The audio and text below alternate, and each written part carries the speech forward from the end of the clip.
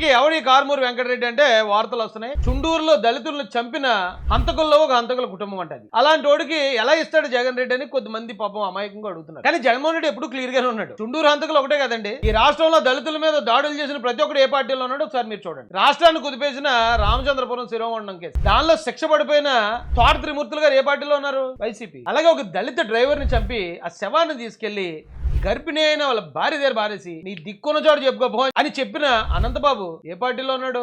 అదే YCP party. సీతానగరంలో Prasad అనే ఒక దళిత యువకుడికి శిరోమండనం చేసి రాష్ట్రపతి కూడా స్పందించారు, బాబు కేసు పెట్టండి అన్నా సరే పెట్టకుండా అందులో ఉన్న నిందితుడైన జక్కంపూడి రాజా ఇప్పుడు ఏ పార్టీలో ఉన్నాడు? YCP party. డాక్టర్ సుధాకర్ గారి విషయం ప్రపంచం అంతా స్పందించింది. డాక్టర్ అంత దారుణంగా పిచ్చోడి చేసి చంపుతారా? దానికి కారణం అక్కడ లోకల్ ఎమ్మెల్యే పెట్ల ఉమా గణేష్ ఏదో సంథింగ్ పేరు ఉంది, అతను ఏ పార్టీలో ఉన్నాడు? అదే వైసీపీ పార్టీ. రావులపాలెంలో అంబేద్కర్ గారి ఫోటో ఎంగిల్ ప్లేట్ల మీద వేస్తారా అని ప్రశ్నించిన కారణంగా 18 మంది దళిత యువకుల్ని నిష్కారణంగా తప్పుడు కేసులు పెట్టి జైలుకు పంపించిన చెర్ల జగ్గిరెడ్డి ఏ పార్టీలో ఉన్నాడు? అదే వైసీపీ పార్టీ. దళితుల మీద ఈ నేరాలు చేసిన వాళ్ళందరికీ పెద్ద పెద్ద పదవులు ఇచ్చాడు జగన్ రెడ్డి. ఇవన్నీ ప్రత్యక్ష సాక్ష్యాలే కదా. అయినా కూడా ఆ పార్టీలో ఉన్న కొంతమంది గొర్రెలకి ఇది అర్థం కాదు. గొర్రె కషాయం ఉండే నమ్ముతుంది అంటే అది ఏదో సామెతేమో అనుకున్నాను, కానీ వైసీపీలో ఇప్పటికీ నమ్ముతున్న దళితులు ఎవరైతే ఉన్నారో మరి వాళ్ళు గొర్రెలే కదా. ఆ రోజున వైసీపీ గవర్నమెంట్ లో కాకినాడలో ఉన్న సిబిసిఎన్సి ప్రాపర్టీని కబ్జా చేయడానికి ప్రయత్నించింది ఎవరు? దోరంపూడి చంద్రశేఖర్ రెడ్డి అని వైసీపీ ఎమ్మెల్యే కదా. అలాగే రాజమండ్రిలో ఉన్న ఏఎల్సీ ఆస్తిని కబ్జా చేయాలని ట్రై చేసింది ఎవరు?